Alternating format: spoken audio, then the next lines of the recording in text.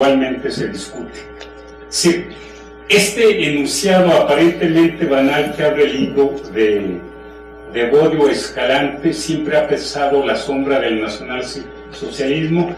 Yo diría que no es tan banal. Efectivamente hay allí una especie de duda y de devaneo y de escamoteo entre efectivamente asumir qué significa y qué significa pensar desde la ontología fundamental. Ven un poco cómo me estoy acercando lo que puede ser el pensar y la praxis política. Yo diría que es esta la pregunta esencial y efectivamente a ella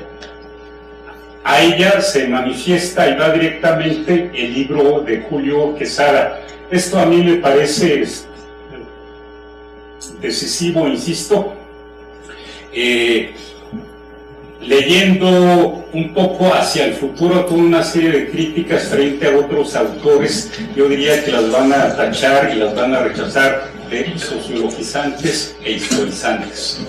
Pero el punto no es ese. El punto es que efectivamente en la ontología fundamental y en la lucha por el ser es desde donde el doctor Julio Quesada plantea que efectivamente existe esta relación filosofía-política que más adelante se concretará no solo en las posiciones de un rector, proclamas, testimonios, incitaciones al orden, exclusión de maestros de origen judío, entre ellos Husserl y muchos otros, sino efectivamente allí es el punto nodal en el cual se constituye la relación política de una filosofía que pareciera no tener nada que ver efectivamente con lo que significa la política.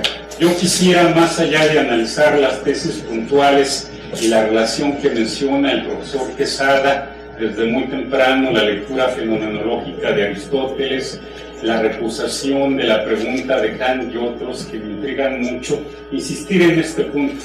Es decir, es en el corazón, en el centro del corazón de una filosofía teorética bastante difícil, muy abstrusa. Cualquiera que se haya medido con ella lo sabrá. Efectivamente, allí aparece, estalla, irrumpe o está una relación política.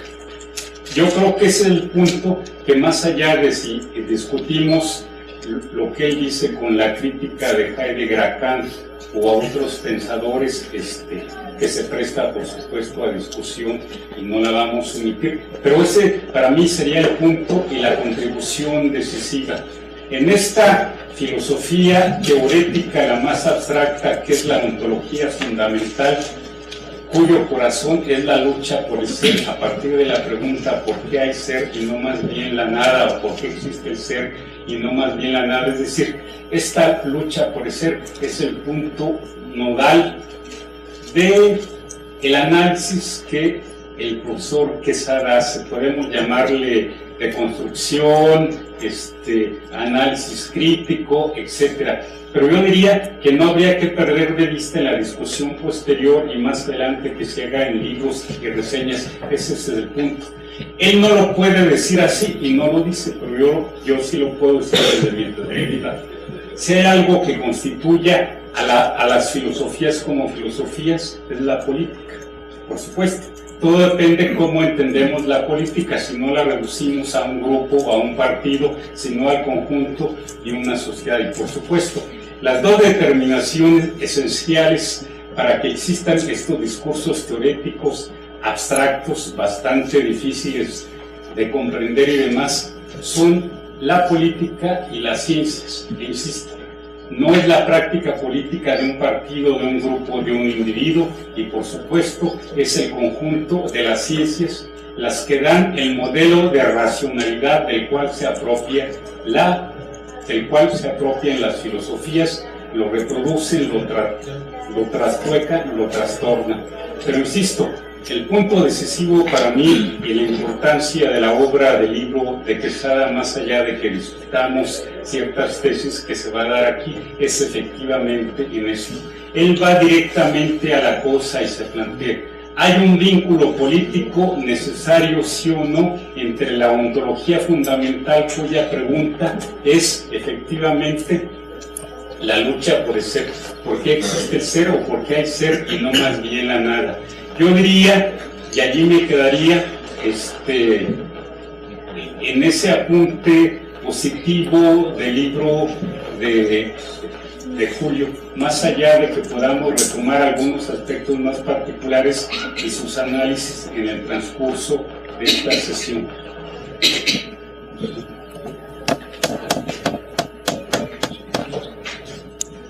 Bueno, hemos escuchado la presentación de Eugenio Palomo. Continuaremos con la parte que le corresponde a la doctora Esther Cohen.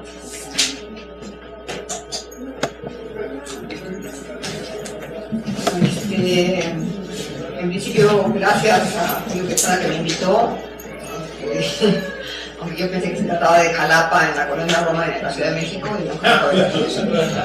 Pero bueno, yo mi intervención, voy a leer algo y quiero discutir algunas cosas.